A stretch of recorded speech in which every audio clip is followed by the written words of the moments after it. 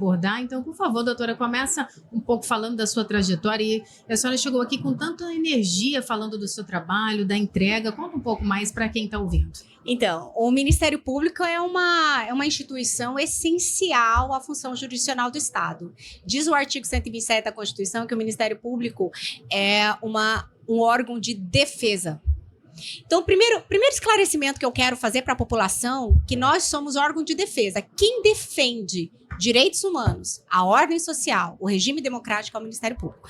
E isso, na nossa atuação, nos dá muito entusiasmo, em que nós desempenhamos a função no auxílio do próximo e na defesa da ordem jurídica do regime democrático e, especialmente, impedindo e repreendendo as violações de direitos humanos. Então, é uma alegria, né? E nós somos promotores do júri de Cuiabá, então todos os nossos processos possuem uma violação ao direito sagrado, ao direito fonte de todos os direitos, que é a vida.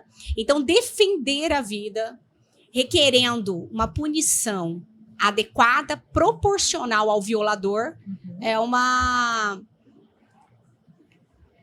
graça, né? A gente está defendendo a vida em plenário. E a senhora chegou aqui, falando um pouco dos bastidores, ela olhou a bolha e falou assim, mas que ideia, porque muitas vezes a população não sabe o que a gente faz e a gente está próximo, e a gente está no rádio, e a gente está na internet. E essa frase ficou muito marcada ao meu coração quando a senhora chegou. A senhora que trabalha ali todo dia nessa linha de frente, foi uma recepção muito importante para a gente. Sim, o Ministério Público, se ele é o defensor da sociedade, eu acho que à medida que ele aproxima da sociedade, ele vai compreender a demanda social e vai pautar a sua atuação. Então, nós precisamos estar próximo da sociedade. A sociedade precisa saber que o Ministério Público é um órgão a seu serviço. Né? Então, assim, essa aqui é uma forma maravilhosa de chamar a população para o Ministério Público, para a gente possa compreender a atual sociedade, o que ela demanda da instituição e de que forma nós podemos, inclusive, aperfeiçoar a nossa atuação para dar uma resposta maior e efetiva ao que a sociedade espera da gente. Doutor Vinícius, fale um pouco da sua experiência também, para quem ainda não conhece, conhecer um pouco melhor, antes da gente abordar essas questões tão importantes que envolvem as vítimas. Perfeitamente. A doutora Marcele já iniciou a sua fala muito assertivamente no sentido de que trata-se de uma instância de defesa, por disposição expressa na Constituição. Defesa da ordem jurídica, defesa do regime democrático, defesa dos interesses individuais e coletivos indisponíveis para a tutela efetiva daquela que é a proposta do Estado Democrático de Direito, que é justamente o modelo que prevê a transformação da sociedade. E nessa perspectiva, no que diz respeito à tutela dos interesses das vítimas, nós trabalhamos desenvolvendo projetos que nada mais são do que um modelo de inclusão dessas pessoas que carecem de uma atenção especial, historicamente devotada, no mais das vezes, à figura daquele que praticou o ilícito criminal, mas que são aquelas que mais sofrem em decorrência da prática da criminalidade. Daí porque, preconizando uma proteção integral, ou seja, um garantismo integral, e não um garantismo focado único e exclusivamente na pessoa que incorre naqueles ilícitos, não que elas não mereçam a atenção especial também por parte do Estado e do Ministério Público, mas que nós possamos equilibrar um pouco mais desse jogo e fazer com que as vítimas possam exercer direitos fundamentais, humanos, que lhes são inerentes, em decorrência da sua condição de vítima quando o Estado não conseguiu tutelar a sua segurança, lhe proteger e, a partir do momento que se chama para si o monopólio da jurisdição, trazer uma resposta condizente também para essas pessoas. É interessante porque, assim, a gente vive um momento aí que explodiu a questão das redes sociais, e nas redes sociais todo mundo se doutorou em dar opinião, né? É um negócio muito complicado. Um dos princípios da existência do Estado de Direito é que todo ser humano ele tem direito à defesa, que é diferente de direito à cumplicidade. E a gente verifica hoje como que vocês lidam com isso. Não é um fenômeno aqui do Brasil, está sendo um fenômeno mundial, né? De pessoas ingressarem através do direito de fazer política, né? Utilizando o direito de condenar as pessoas sem observação da Constituição, das leis, dos códigos, dos pareceres. A gente vê constantemente, a internet está cheia de gente dando parecer jurídico, né? E depois você vai olhar o currículo da pessoa e o outro repete para frente, não conhece, vai olhar o currículo, né? Assusta. A gente tem aí nos últimos anos sofrido um ataque a qualquer tipo de defesa que não atende os meus interesses políticos. Além de tudo, o princípio fundamental dos direitos humanos, ele é violentado o tempo todo. Há 3 dias eu vi um político de Mato Grosso, né, que ocupa a cadeira no Legislativo, dizendo o seguinte: a ONU nunca fez nada pelo Brasil. Quer dizer, assim, um desconhecimento total. Alguém que ocupa dizer a ONU nunca fez nada pelo Brasil. Primeiro que ela não é executivo, né? As deliberações dela são orientações. E a pessoa que é político esquece que talvez ela só seja política hoje devido aos princípios fundamentais que ela esparramou pelo mundo e está nas várias constituições. Como que vocês que estão dentro, porque ao mesmo tempo que vocês têm essa responsabilidade, eu imagino que vocês se sentem vítima constante desses ataques. Sem dúvida. É bom frisar que o Brasil ele é signatário das convenções internacionais, né? Pacto São José da Costa Rica, e sofreu condenações, e isso a doutora Marcele pode falar com mais propriedade, porque ela trata desse assunto em obra de autoria dela própria, sofreu condenações por falta de investigação, de um modo geral. Ou seja, são situações concretas em que o Brasil tem um déficit no princípio de proteção integral. E hoje mesmo, professores já vêm orientando como princípio também da Corte Interamericana de Direitos Humanos, como princípio de direito humano, o dever de punir. Sim. Porque, evidentemente, é um dever que, inclusive, tutela a pessoa daquele que incorreu na prática de um crime, e observada, evidentemente, todos os seus direitos, no caso do júri, a plenitude do direito de defesa, o devido processo legal, o contraditório, aquele acervo, né, de garantias que, evidentemente, visa tutelar aquela pessoa que vem sofrer uma persecução penal por um fato que ela, enfim, teria praticado na apuração desse ilícito penal. Agora, é importante que nesse processo, e para isso existe o processo, em que ele garante todos esses direitos, nós tenhamos uma leitura diferenciada, mais vocacionada àquilo que a vítima representa no curso dessa persecução penal. A vítima, ela tem direitos que têm que ser observados. Ela tem direito ao acesso à informação, ela tem direito de não ser revitimizada, ela tem direito de não encontrar óbices, né, no curso daquela atividade persecutória que visa como tutela não o interesse dela, o interesse da sociedade, mas que porventura impactou de forma definitiva na sua vida. Ela tem efetivamente ao contribuir com o processo de realização da justiça, transformar isso numa catástrofe psicológica para a superação do luto, por exemplo. Lógico que no caso de homicídios consumados, né, as vítimas diretas que vieram a óbito não se isolam de um contexto de vítimas indiretas. E a primeira questão que nós discutimos, quando a formatação do Núcleo de Defesa da Vida, o projeto do Estado de Mato Grosso, do Ministério Público do Estado de Mato Grosso, é não estabelecer nenhum critério distintivo com relação à natureza de vítimas. Vítima é vítima porque se colocou nessa situação e, no final das contas, se ela se sentir prestigiada, né? Se ela se sentir, digamos assim, parece a palavra meio inadequada, mas que está muito em moda, empoderada dentro do contexto daquele fato. Ela não pode ser nem super, né, valorizada, mas também não pode ser, como vem sendo ao longo dos tempos, não valorizada de forma alguma, diminuída, subestimada de maneira alguma. Ela tem uma função primordial no curso do processo que não é apenas uma função instrutória. É uma função que efetivamente traz a luz e ela acaba a cumprir, muitas vezes, na condição de vítima, uma condição de cidadania que o destino lhe reservou por obra da prática do ilícito penal praticado. Então, é nesse contexto, expandindo o sistema de garantismos, né, as vítimas também, é que nós podemos encontrar uma situação mais equidistante entre aquelas garantias que são vocacionadas à tutela daquele que praticou a infração penal e que a vítima possa colaborar, participar e trazer, né, à lume vários elementos que não repercutem só. Por exemplo, lá no Núcleo de Defesa da Vida, nós fazemos um estudo de impacto psicológico e social acerca das ocorrências delituosas, que hoje passa por crimes dolosos contra a vida, dentre os quais o feminicídio, né, que é muito latente, e nós estamos, né, com os índices que já foram apresentados, né, nessas reuniões aqui no estado de Mato Grosso, não são algo que nós possamos ter muito orgulho dentro do âmbito nacional.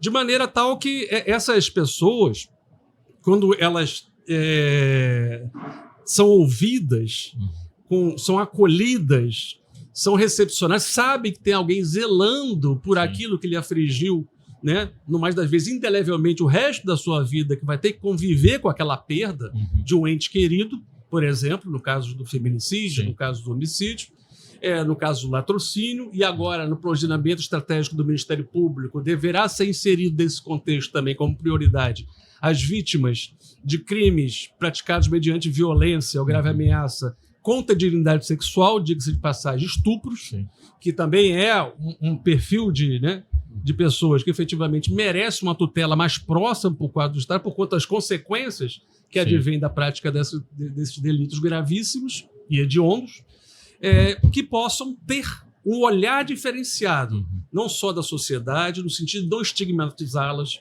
no olhar do poder público, no sentido de não serem revitimizadas onde elas forem, ter acesso à saúde, ter acesso à recuperação da sua condição social, no mais das vezes, né, deturpada pela perda do provedor, daquelas pessoas que estão ali. E no âmbito familiar, nós sabemos que a violência doméstica e familiar, ela é aquela que traz consequências, porque, assim, inafastáveis da vida das pessoas, né? Doutora Marcele, desculpa, doutor. Doutora Marcele, eu já tenho aqui muitas mulheres perguntando e pedindo detalhes. Vou só reforçar, porque tem gente ligando o rádio agora, a doutora Marcele Rodrigues, promotora, e também o doutor Vinícius Gaíva são os nossos convidados para quem está perguntando, interagindo. E eu quero pedir para a senhora falar um pouco da lei 13.104, a lei de feminicídio, porque já tem gente perguntando, por exemplo, se todo homicídio doloso contra a mulher é considerado feminicídio. Muita gente pedindo para vocês trazerem à tona, né, essas questões para que a gente possa, de forma bem didática também, explanar. E, é claro, seguir aqui. Tem já a audiência de vocês está excelente, então eu sinto aqui também uma ansiedade das pessoas querendo participar, ouvir as respostas de vocês. Acredita, doutora, que é um bom caminho a gente começar explanando? Perfeito. A lei de feminicídio, ela foi a lei 13.104, de 9 de março de 2015, então vai fazer 9 anos, né, da lei. Ela trouxe a visibilidade para o homicídio de mulher. Então, antes, não havia estatística, porque homicídio era homicídio, caía naquela faixa geral de homicídio. Então, ela vem trazer, nós temos um problema. As mulheres, elas estão sendo assassinadas pelos seus companheiros. Então, isso é feminicídio. Quando o legislador, isso veio à tona por conta de inúmeros homicídios perpetrados em desfavor da mulher por ser mulher. Então, nós percebemos que o feminicídio é o último estágio de controle do homem sobre a mulher. Ele vai decidir sobre sua vida. E tem 2 casos de feminicídio que a lei fala. Primeiro, violência doméstica e familiar, quando a vítima possui um vínculo afetivo com seu algoz. E o outro, que para mim é o mais importante, e na minha concepção eu não consigo entender que todo homicídio de mulher, no meu entendimento, é feminicídio. Porque é o feminicídio perpetrado pelo desprezo e desvalor à mulher. Então, esse feminicídio perpetrado pelo desprezo e desvalor da mulher, ele esclarece muito a situação da mulher na sociedade machista estrutural. Por que a mulher, né, a Simone de Beauvoir, eu tenho que falar essa frase, ela tem uma frase que ela fala assim: por toda a história da humanidade, legisladores sábios, filósofos e cientistas, eles defenderam que a submissão da mulher era querida no céu e proveitosa na terra. E esse discurso pautou a construção da nossa sociedade atual. Então, todo esse ódio à mulher, todo feminicídio contra a mulher acontece quando a mulher rompe as duas regras do patriarcado. Primeiro, ela tem autonomia em relação ao seu corpo. Então, a mulher não tem dignidade ainda, porque nós não temos direito à vida ainda. Porque nós não temos direito de decidir sobre os nossos corpos. Então, primeiro, quando ela rompe com a sua submissão, primeira norma do patriarcado, ela tem autonomia em relação ao seu corpo. E quando ela não aceita a supremacia masculina. Então, nesses dois momentos, elas são assassinadas. Então, e a forma com que veio estabelecido o feminicídio, por que a lei? Porque houve uma discussão na época da implementação da lei. Isso é simbólico, porque já era o homicídio em relação à mulher, poderia ser a fundamentação fútil, isso dava... Alegaram, inclusive, que feria o princípio da igualdade. Por que o feminicídio em desfavor da mulher era mais grave que o feminicídio em relação ao homem? Isso colocaria... Não, é uma afirmação positiva. Porque as mulheres, elas são mortas pelos seus companheiros. As mulheres são mortas por ser mulheres. Porque elas não devem ter autonomia em relação aos seus corpos. Mulher que a condição da mulher. Então, na minha compreensão, todo feminicídio, todo homicídio, em regra, todo homicídio contra a mulher é pelo ódio que a pessoa tem da mulher. Tem exceção, mas é exceção, não é regra. E essa ascensão da mulher, né, tendo ali uma condição financeira, se destacando, tendo coragem de romper essas barreiras, por isso a gente vê tantos casos de feminicídio? Então, tem uma frase que sempre as pessoas vêm e falam assim, olha, essa Lei Maria da Penha, depois que ela veio, aí que as mulheres começaram a ser violentadas. Não, sempre aconteceu a violência, mas a violência era dentro das casas. A sua avó, ela não delatava. Ela não tinha consciência que ela era vítima, primeiro. Não tinha consciência.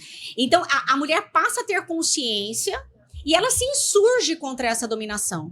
Então, nós estamos vivendo esse período de transição.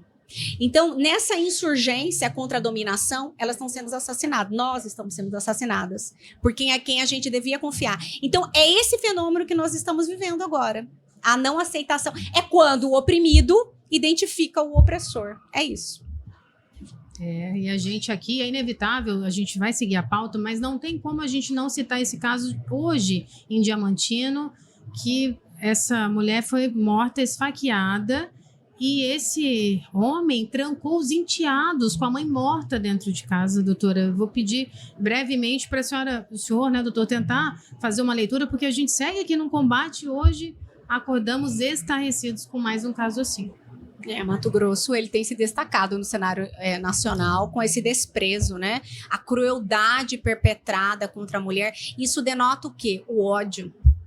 Então, esse ódio ao feminino. Porque a mulher, ela não aceita quando ela sai do que a sociedade espera, da adequação, do que o homem espera, do seu comportamento social, ela se torna ameaçada de todas as formas. Quer completar, Vinícius? Vinícius? A gente tem observado, né, e isso parece que não é uma exceção também do país, né, do Brasil, e menos de Mato Grosso, uma relação muito acirrada que hoje tem luz sobre as quais, que é a questão das atitudes, ações de ódio, né, que vai desde o discurso até a prática da violência mais grave, que é retirar a vida de uma pessoa. Então, nesse caso concreto, o que está sendo trazido com base nessas informações, você observa que, assim, que não tem coisas que nós trabalhamos no Tribunal do Júri, tem situações que até é difícil da gente, dentro de uma razoabilidade, de um plano racional, de um plano consciente, de dar uma explicação concreta acerca daquilo que acontece. A gente trabalha em cima de fatos. E os jurados, que é a sociedade, que é convidada a dar um sim ou não bíblico acerca daquelas matérias que mais afligem o interesse da coletividade, ele tem, com base lá no parágrafo 2º do artigo 1º da Constituição, né, em que todo o poder emana do povo, que o exercerá através dos seus representantes ou diretamente, e o Tribunal do Júri é um modelo muito concreto de democracia participativa, em que o cidadão é chamado, né, convocado, né, para dizer acerca da matéria de fato que lhe é, né, submetida nos crimes dolosos contra a vida. E, assim, por exemplo, situações que vêm acontecendo até recentemente, né, no anuário jurídico, na realidade jurídica cotidiana que nós enfrentamos até aqui na capital. Feminicidas que ocultam o corpo da vítima. E não é localizado o corpo da vítima. Né? Acho que o caso mais famoso, o caso Bruno, né? Do goleiro Bruno. Do goleiro Bruno A gente tem Mato foi Grosso uma situação como Em essa. Mato Grosso também, né? Aqui em Cuiabá, ano passado, retrasado, nós tivemos júris Sim. em que os algozes, ou seja, os esposos, havia elementos de informação indicativos claros Sim. que foram eles que realmente, né, praticaram feminicídio, só que o corpo não foi localizado. Por quê? Porque normalmente o feminicídio é o tipo da conduta cuja investigação, elucidação não demanda maiores aprofundamentos, por assim dizer. Já se sabe quem é basicamente o autor do crime, os vizinhos já têm uma compreensão acerca daquilo que vinha acontecendo naquela unidade, os parentes já reforçam a situação concreta, o corpo muitas vezes é abatido, né, o crime ocorre dentro, né, do ambiente familiar. Doutor, Então, assim, vou interrompê-lo de forma muito respeitosa, mas a gente tem repórter CBN, daqui a pouco a gente continua com essa entrevista sensacional, super informativa. Não saia daí, aliás, só desligue o seu rádio para seguir conosco no YouTube, porque a gente volta logo. Aqui no Pantanal Shopping, você já deu uma olhada no nosso Estúdio Bolha? Tá passando por aqui? Já participou lá no YouTube? Eu vou mais uma vez desejar uma excelente quinta-feira para você que ligou o rádio agora. E olha só, eu tô com muita saudade, quando eu digo muita, e hoje é dia de TBT, inclusive, hein? De ter o WhatsApp na mão, ouvir a voz da nossa audiência qualificadíssima, de receber o seu boa tarde, mas, por favor, centraliza lá no nosso canal no YouTube, CBN e CBA. Nesse formato aqui, fica mais difícil administrar e, por isso, nosso foco, nosso canal direto e reto é o YouTube. Eu conto e muito com a sua participação. Vou mandar um abraço para a nossa audiência hoje, tá sensacional. Professor Suelmo Fernandes nos acompanhando, um abraço. Kaique Alves, jornalista, está nos ouvindo. A régua tá subindo. E é claro, a todo o judiciário, pelo carinho. Doutora Claire, está viajando, mas está levando aí o nosso carinho. Belíssimo trabalho e logo a gente aguarda a senhora. Boa viagem. E hoje, nesse segundo tempo, foi movimentado. Está sendo, né? Sensacional essa quinta-feira. Nós estamos conversando com a promotora Marcele Rodrigues da Costa e Faria e também com o promotor Vinícius Gaíva Martins. Repórter CBN, ele chega assim, de forma estratégica. A gente dá licença para as notícias, as principais de cada dia, mas a gente ainda tem muito assunto e o doutor estava falando ali, ao complementar a sua resposta. Eu vou pedir na sequência, doutor, para o senhor também falar sobre o manual de atuação em casos de feminicídio, uma expertise de cada dia dos senhores, para que a gente também compartilhe essa informação aqui com a nossa audiência. Perfeito. Apenas complementando, é dizer que todos esses casos em que o autor do feminicídio ocultou o corpo da vítima foram todos reconhecidos culpados e condenados pelo Tribunal do Júri aqui da comarca de Cuiabá. Ou seja, a alegação trazida, no mais das vezes pelas defesas, né, de que efetivamente não teria materialidade, aqueles argumentos todos, né, enfim, no sentido de garantir, né, ou criar dúvida no conselho de sentença assim, da responsabilidade do DEL, foi plenamente rebatido. E a compreensão do Tribunal do Júri, ela é uma compreensão que analisa todo o processo, desde a fase de inquérito, as posturas, as atitudes, a análise psicológica da produção da prova, todo o ambiente, no caso, que o crime ocorreu. E o jurado, que alguns chamam de leigos, mas que na realidade não tem nada de leigos, eles têm essa compreensão de acordo com as suas experiências cotidianas, a sua história de vida, e percebe que alguma coisa está muito errado naqueles casos concretos e que teria, né, o feminicida todo o interesse de ocultar o corpo da vítima, ou seja, subtrair da investigação a apuração das lesões sofridas pela vítima, etc., a localização, sob o argumento de que, olha, amanhã ela poderia aparecer, na realidade, né? Então não se há certeza acerca da prática desse crime. Isso a sociedade compreende, porque já passaram algum tempo, já passou alguns anos, nunca mais viu, mas até mais quando teve contato com a família, né? Não mais das vezes procurou polícia, teve problemas anteriormente né, de violência doméstica, numa escalada de violência. E eu me lembro de ouvir, doutor, se não tem corpo, não tem crime. De ouvir essa expressão mais jovem e ficava pensando, é um trabalho muito complexo. O senhor já teve um caso assim na prática, doutor? Algo assim que possa compartilhar? Porque deve ser uma dificuldade, doutora, também. Sim. Essa frase que eu escutava lá em Rondonópolis existe, não é, professor? Sim. Existe, não tem corpo. Escuta ainda hoje. Não tem corpo, é vítima. Essa foi uma tese trazida num dos julgados pela Defensoria Pública. Trouxe a tese de que não tendo corpo, não tem materialidade e que efetivamente não poderia haver comprovação. Matéria que já havia sido debatida, levada aos tribunais, né, colocado, passado pelos filtros, né, necessários para que fosse submetido a julgamento pelo Tribunal do Júri, e ali nós tivemos o reconhecimento da responsabilidade criminal. Sim. E foi feito, né, enfim, a nosso modo de ver, lógico, no interesse social, a justiça no caso concreto. Eu só complementar que o júri, né, é a representação do povo no Poder Judiciário. E não precisa saber direito para você se incomodar com o injusto. Eu posso passar a tarde inteira aqui, eu não vou conseguir conceituar justiça para ninguém aqui, que é muito difícil conceituar o que é a justiça. Mas diante do injusto, todo mundo se incomoda. Então, a sociedade cuiabana, ela vem se incomodando diante do injusto e tem aplicado uma condenação efetiva proporcional às pessoas que violam a vida. Mais do que poder explicar o justo e o injusto, é sentir o que é justo e o que é injusto. Né? E esse senso de racional, de responsabilidade, de apego a essas questões, ao valor da vida, né? E não banalização da vida, em decorrência de argumentos que efetivamente, no mais das vezes, não traz o deslinde, né? E não se concentra em pontos nodais acerca daquilo que está sendo apurado, a sociedade tem dado a resposta adequada. E tem os impactos culturais, né? A nossa origem da lei de Talião, do tal e qual, né? Era corrigir o injusto com mais injustiça, né? E por incrível que pareça, milênios depois a gente parece que não consegue escapar disso, né? Aquilo que está errado parece que só é saboroso se você impor mais injustiça. Como é difícil a gente fazer essa passagem, né? O Estado, você colocando isso, eu sempre lembro do artigo 3º da Constituição, porque o Brasil tem objetivo. Exato.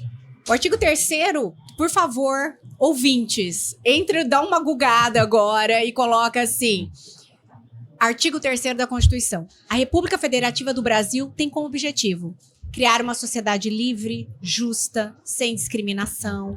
E o que é justiça? Então, o Estado ele é concebido para tutelar as pessoas. Se um terceiro, ele viola o direito à vida, o Estado tem que dar uma resposta àquela violação, justamente para deixar claro à sociedade que o Estado não vai tolerar aquele tipo de violência. Então, o que não é, assim, nessa visão, substitui Talião, não é pagar o justo com mais injusto, mas uma punição adequada e proporcional frente àquela grave violação. Então é isso que a gente está buscando, né? E a gente trabalha para atingir esses objetivos da República Federativa do Brasil, que é diminuir as desigualdades. E aqui, nós estamos no mês de março, as desigualdades de gênero, de raça, de cor, né? Então, acho que para isso que nós estamos aqui, né, Vinícius? Acho que todo o Estado brasileiro, ele tem, todo Estado, de uma geral, modelo de Estado moderno, especialmente Estado democrático de direito. A razão do Estado existir, né? É tutelar e garantir a qualidade de vida das pessoas, dos seres humanos, de modo geral. Direito à felicidade direito humano. E tem uma coisa que está muito em voga agora, que parece que as pessoas esquecem disso, a função do Estado é, inclusive, de diminuir as diferenças econômicas da sociedade. Claro. E tem gente que luta contra isso, parece o tempo todo. É uma loucura. Artigo 170 da Constituição, ouvintes. Vamos lá. Põe a sua lista. Artigo 170 da Constituição. A ordem econômica, ela tem como fundamento a dignidade da pessoa humana. Exatamente. Se a economia, ela não está servindo para dar dignidade à pessoa, ela tá disfuncional nesse Estado democrático de direito. Desempenhando o papel como deveria, exatamente, o artigo 170 da Constituição. Doutora, e falando ainda da atuação do Ministério Público na defesa das vítimas, tem um manual de atuação. em casos de feminicídio. Dentro desse manual, vamos destacar alguns pontos importantes para quem está nos acompanhando? Eu acho que, primeiro, eu vou falar, o Vinícius vai complementar, estereótipos de gênero. Então, um protocolo que nós não podemos tratar o feminicídio sem uma leitura de perspectiva de gênero. Ou seja, a partir do momento daquela persecução penal, compreender e atender aquela vítima como vítima. Porque ela já foi condenada à morte por um terceiro. Então, não rediscutir a sua atuação na sociedade e impedir que, como disse o Vinícius, ela seja revitimizada, ela seja atacada, porque ali ela já pagou com a pena de morte. Né? Quer complementar? Sem dúvida. O protocolo ele passa naturalmente por todos esses princípios norteadores, né, que nós tratamos nos núcleos de defesa da vida. É um projeto do Ministério Público do Mato Grosso, que iniciou-se em 2019 em Cuiabá.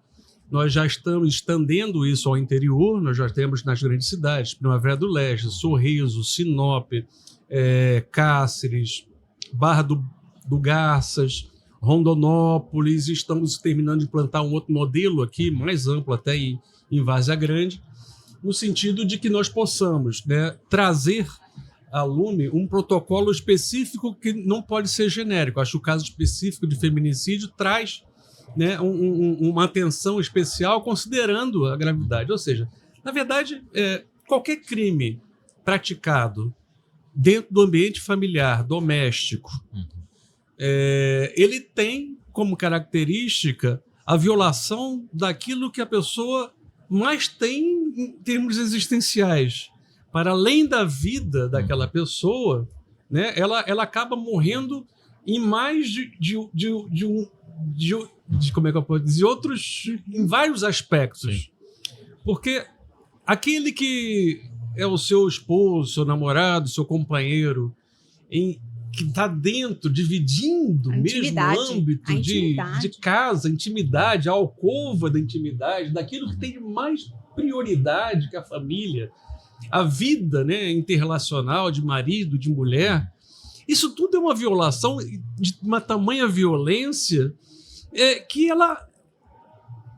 aquele que mais deveria me proteger é aquele que me tira a vida, que eu tenho mais de importante. O lar não é seguro para as mulheres. Aquele que deveria estar aqui comigo, né? Com quem. Porque qualquer outro ser humano, né?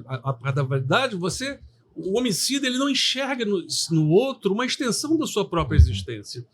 Né? E pode acontecer, enfim, nas circunstâncias. Agora, aquele que se prontificou a construir uma vida junto com aquela outra pessoa, que colocou empenho, amor, zelo recíproco, né? Ainda que eventualmente numa relação conturbada, não importa, se estendeu durante determinado tempo, aquilo que está dentro do lugar onde a pessoa tem que se considerar mais segura na sua vida, se não for na sua casa, é aonde ocorre um fato desse, é muito grave. É muito grave. E tem que ter a repercussão adequada em termos de proporcionalidade àquele mal causado dentro de todo esse contexto. E eu gostaria de falar um pouquinho, Vinícius, desculpa eu te interromper, é que o feminicídio é o crime mais grave perpetrado pela humanidade. Sabe por quê? Porque extermina a fonte de vida da humanidade. Então, especialmente essa exterminação da fonte de vida da humanidade e gera um reflexo direto nos filhos dessa mulher. E defenestra, acaba com o projeto de vida dessas crianças ou desses filhos. Muitas vezes essas crianças estão desenvolvendo, estão num projeto de esporte, sonham, almejam algo, e que aquele sonho acaba com a morte da mãe, porque eles não têm um amparo emocional, afetivo e muitas vezes econômico, porque o pai eventualmente vai ser punido e a mãe foi exterminada. Então, são sonhos de vida, são sonhos, são projetos. Então, além de acabar com a fonte de vida da humanidade, ainda causa diretamente, nós precisamos falar sobre orfandade. Cadê política pública para compreender a orfandade? Existe na Constituição o artigo 245 que o Estado vai dar amparo às vítimas de crime dolosos através da lei. Essa lei nunca foi implementada. Onde estão os nossos deputados federais? Essa importância do Ministério Público está aqui nesse espaço. Cadê os deputados federais? Cadê os nossos deputados estaduais que não fomentam o Estatuto da Vítima? Que não estão votando o Estatuto da Vítima, discutindo o Estatuto da Vítima? Porque isso é um direito já posto pelo Poder Constituinte originário em 88, que não foi regulamentado. O que falta se nós somos campeões mundiais de homicídio? Então, essa é a importância desse canal. E ainda nesse sentido, doutora, eu quero falar do PL 1568 de 2019, que endurece as penas para crime de feminicídio. A professora sempre diz aqui, o professor sempre fica incomodado quando diz assim, pena de morte.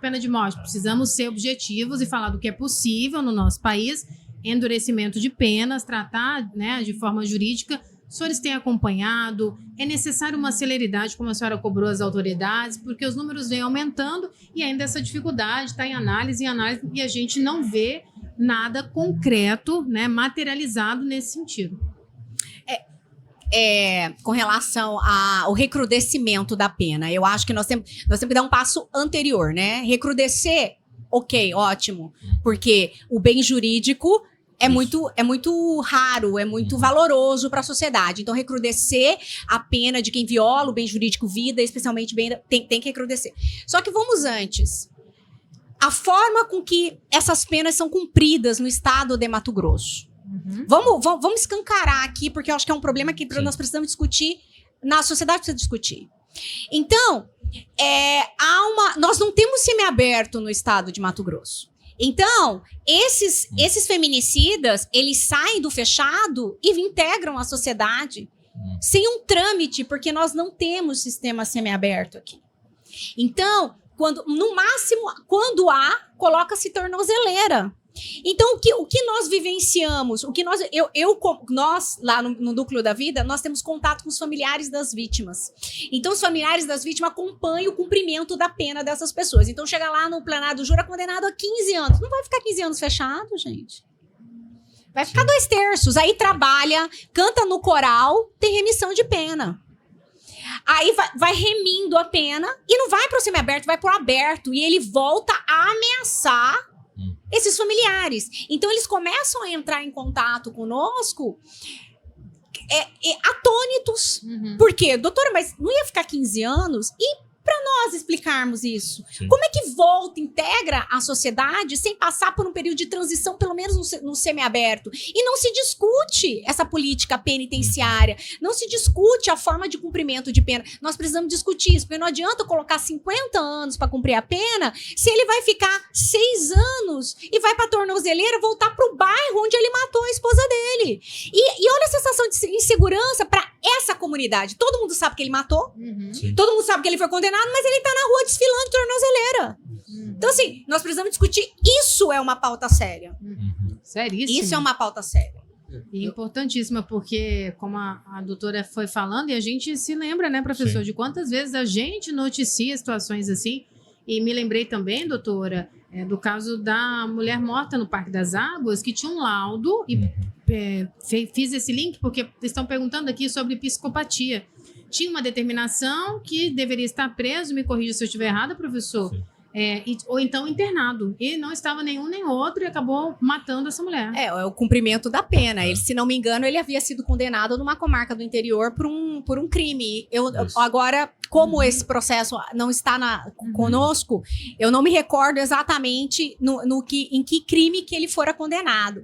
Mas, só para esclarecer, psicopatia não impede de cumprimento da pena. Não exime de nada, né? Não exime de nada. A gente vem ouvindo muito. Isso, tá? Então, houve um pedido da Defensoria Pública do Estado para pedir a semi-imputabilidade dele, que ele não tinha consciência quando ele estava matando a vítima. Mas não é o caso. Então, o laudo, ele refutou essa alegação da Defensoria Pública de que ele era uma pessoa com problema cognitivo de compreender a ilicitude do fato. Não, foi refutado. Então, ele é totalmente imputável. Ou seja, ele sabia o que ele estava fazendo e, por isso, ele deve ser aplicada a pena prevista na legislação para quem pratica um crime tão repugnante como ele o fez. E a questão da pena tem uma coisa que a gente esquece, né? A pena, ela pena já vem da questão de punição, mas ela tem a obrigação também educativa. Claro. Né? E aí, na questão educativa, o Estado é extremamente falho. Quando eu falo Estado, não é Estado de Mato Grosso, o Estado enquanto estrutura, né? Porque a gente não lida muito com a questão da educação. O que a gente vê nos presídios, né? Lógico, estou fazendo um olhar de fora, mas eu devo ter orientado pelo menos umas 500 dissertações, monografia de estudos de presídio. Então, assim, não sou totalmente leigo nisso, né? O que a gente vê lá é uma aceitação de doutrinações religiosas como fosse educativo. E nós sabemos que as religiões aqui, nenhuma, não estou colocando nenhuma separada disso, o objetivo delas não é educar, é doutrinar para um comportamento, e alguns comportamentos religiosos ainda são opressores. Sim, a religião é um instrumento de controle social. Exato. Isso é evidente. Sim. Mas, assim, além disso, o direito penal, ele não tem a função precípua de educar. Sim. Isso seria do Estado. É função Então, do assim, Estado. estão dando para o direito penal uma função que não é dele. Direito penal para punir. Quer ver Sim. um exemplo? Quando nós vimos celebridades que praticam crimes, a gente pretende o quê? A punição dela, né? Sim. A prisão, não é assim? Aí eu quero que ele seja preso. Por quê? Se ele é educado, se ele convive socialmente, ele não vai ressocializar. Então, assim, pedir para que o direito penal ressocialize é exigir demais do direito penal. Quem tem que ressocializar é o Estado. Exatamente. Mas, por quê? O que a gente quer é a punição. O que exemplifica é a punição. Se assim, do Marcelo Odebrecht, citando um caso midiático, um menino criado na Sorbonne, vocês acham que ele precisa ser ressocializado? A gente quer a punição. Porque ele praticou um crime grave contra a democracia. Sim. Então, assim, esperar do direito penal essa educação tem que ser esperada do Estado, mas não na pena. Então, a gente não pode deixar de aplicar uma pena exemplar porque ele não vai ser educado no sistema penitenciário. Aí é um outro problema, né? Então, eu acho que a gente tem que separar um pouquinho. Falei demais, né? E aí, a minha pergunta é justamente isso, né? Qual os aparatos que o Estado coloca paralelo a esse processo para cumprir na sua integridade? É importante, na linha que a doutora Marcela está mencionando, que a função principal da pena é a punir. própria palavra diz, pena vem de punir. Né? O que nós temos aqui no Brasil, mais das vezes, são penas de dar pena, somente no curso da sua execução. Né? Então, o indivíduo não se sente, de fato, a par da possibilidade de ter uma reprimenda que seja adequada, né? Assim, não se sente intimidado, né? O que até mais vale também a certeza, ou a alta probabilidade da punição do que termos uma pena altamente exagerada em que o indivíduo sabe que nunca vai cumprir, não vai ser pego, não vai ser apurado, não vai ser investigado.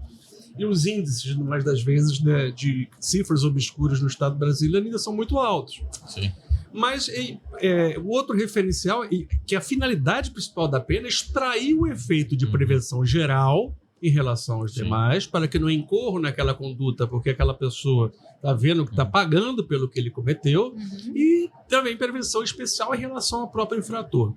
O outro aspecto da pena, da aplicação da pena, e que a gente remonta à questão das vítimas, é que o princípio da intranscendibilidade da pena, que está na Constituição, que a pena não pode passar da pessoa do infrator, lógico que repercute em poucos graus no seu meio familiar, ter as consequências e tal. Mas em relação à vítima, e os seus familiares, as vítimas diretas e indiretas, isso não se aplica. Porque repercute, um crime de feminicídio mesmo que nós estamos daqui, repercute de forma indelével naquele ambiente familiar, naquelas pessoas, na comunidade, na sociedade, ou seja, são todos impactados. Então, se a pena não passa do infrator, a pena que ele aplicou à vítima é absolutamente transcendental em relação a um sem número de pessoas. E essa é a gravidade, e esse é o foco. Então, a finalidade principal da pena é punir. Reeducar é importante? É importante, mas não é o principal objetivo do direito penal sancionatório. Doutores, infelizmente acabamos, tempo esgotado, porque eu preciso entregar, eu desejo, né, Tati, entregar esse presente para vocês, essa equipe maravilhosa, flores. Também temos uma caneca que foi feito exclusivamente para essa ação do Ministério Público, o artista Junier, essa caneca como lembrança, Flores da Bela Flor, e também livro das autoras Michele Dil, Cristina Soares. O livro, elas também têm uma exposição, são curadoras da exposição Cama de Gato, Mulheres Históricas. Tenham uma boa leitura, floresçam aí a casa de vocês, o ambiente de trabalho de vocês. A gente deseja reencontrá-los em breve no Estúdio Bolha, no nosso Estúdio CBN, para que a gente coloque mais esse assunto em pauta, para que a gente traga esse debate importante, para que a gente não fique só noticiando casos tristes, e sim faça juntos esse papel tão fundamental de falar a respeito, de instruir. E os doutores fizeram muito bem hoje. Obrigada pela presença, uma agenda tão apertada, e se juntaram a nós nessa caminhada tão importante, juntos por elas, não é, professor? Verdade, muito importante esse debate. E esse debate ia longe aqui, hein? Eita! Tem, A gente um conceito... escurecer aqui, mas Verdade. a gente precisa respeitar a rede. Não tem jeito. Eles são Pode autoridades. brigar. Por favor, recebam as Obrigada, nossas gente. flores. Obrigada pelo espaço, Obrigada. pela oportunidade. Obrigada. Imagina.